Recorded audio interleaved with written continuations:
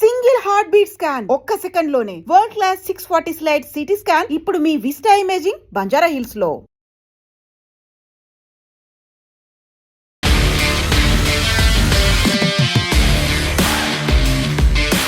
నమస్తే, welcome to I dream talking point with కవిత.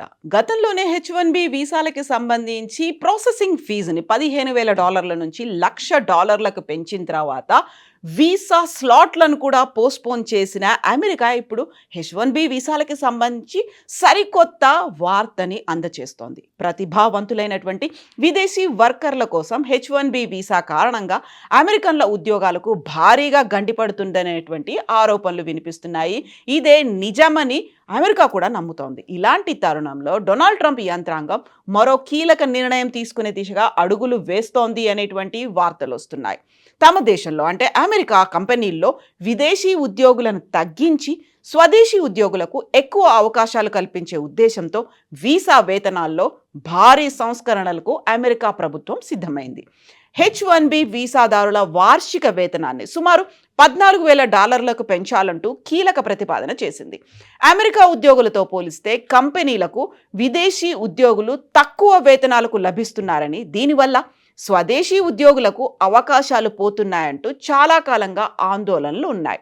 ఈ నేపథ్యంలో విదేశీయులకు వేతనాలు పెంచడం ద్వారా కంపెనీలు తమ దేశీయులకు అవకాశాలు కల్పిస్తాయనే ఆలోచనతో అమెరికా లేబర్ డిపార్ట్మెంట్ ఈ ప్రతిపాదనను చేసింది. ప్రస్తుతం H1B వీసాదారులు తమతో సమానమైన ఉద్యోగాల్లో ఉన్న అమెరికన్ల కంటే సగటున $10,191 మేరకు తక్కువగా వార్షిక వేతనం అందుకుంటున్నారు. అమెరికాలోని విదేశీ కార్మికులకు ప్రామాణిక వేతన ప్రమాణాలను పెంచడానికి కార్మిక శాఖ ఒక కొత్త సంస్కరణను ప్రతిపాదించింది. ఇందులో భాగంగా H1B1, E3, PERM కార్యక్రమాల కింద యాజమానులు కార్మికులకు చట్టబద్ధంగా అందించాల్సిన కనీస వేతనాన్ని పెంచాలని ప్రతిపాదించింది.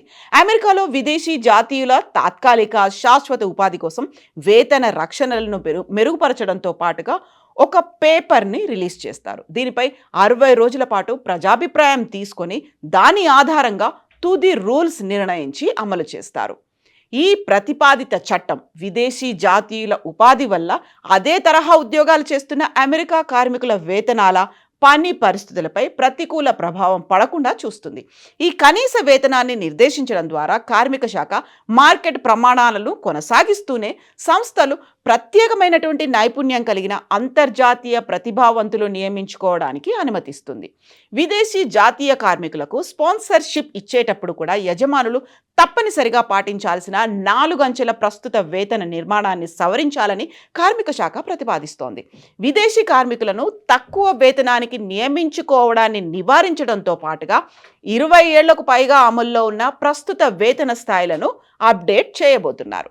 తాజా మార్పుల వల్ల ప్రతి లెవెల్కు సగటున వేతనం సంవత్సరానికి సుమారుగా $15,000 పెరుగుతుందని అంచనా. ఎంట్రీ లెవెల్లో ప్రస్తుతం 17% ఉన్నటువంటి వేతనం 34%కు, క్వాలిఫైడ్ లెవెల్లో 34% ఉన్నటువంటి వేతనం 52%కు, ఎక్స్పీరియన్స్డ్ లెవెల్లో 50% ఉన్నటువంటి వేతనం 70%కు, ఫుల్లీ కాంపిటెంట్ లెవెల్లో ఉన్నటువంటి 67% వేతనం 88%కు చేర్చాలని ప్రతిపాదిస్తున్నారు. దీంతో H1B, H1B1, E3, PERM visa కేటగిరీలకు ప్రయోజనం లభిస్తుంది. అంటే H1B వీసాకి సంబంధించి విదేశాల నుంచి తక్కువ శాలరీతోనే తెచ్చుకోవాలి అనుకునే వాళ్ళకి గతంలోనే బిగ్ షాక్ వచ్చింది.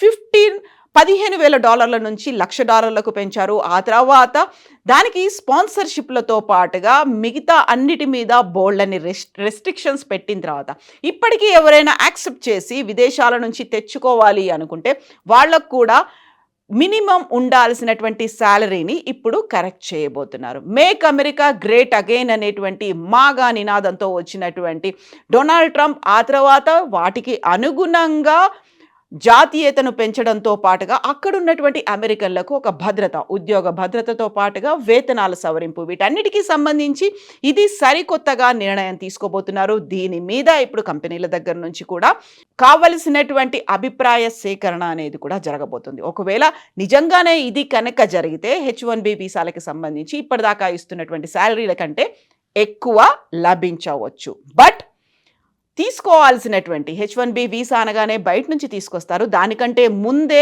వీసా ప్రాసెసింగ్ ఫీజు అనేది ఎక్కువ ఉంది. అందులోని ఇప్పుడు వీసాలకు స్లాట్స్ దొరకట్లేదు, ఇంటర్వ్యూస్ షెడ్యూల్ కావట్లేదు, అది కూడా ఎక్స్టెన్షన్ ఉంది. కాబట్టి ఈ ప్రయోజనం ఎంత మేరకు చెందుతుంది, ఎంత పర్సెంటేజ్లో విదేశీ ఉద్యోగస్తులకు అందబోతోంది అనేది ఒక పెద్ద క్వశ్చన్ మార్క్గా ఉంది. మీరేమనుకుంటున్నారో కామెంట్స్ రూపంలో తెలియజేయండి.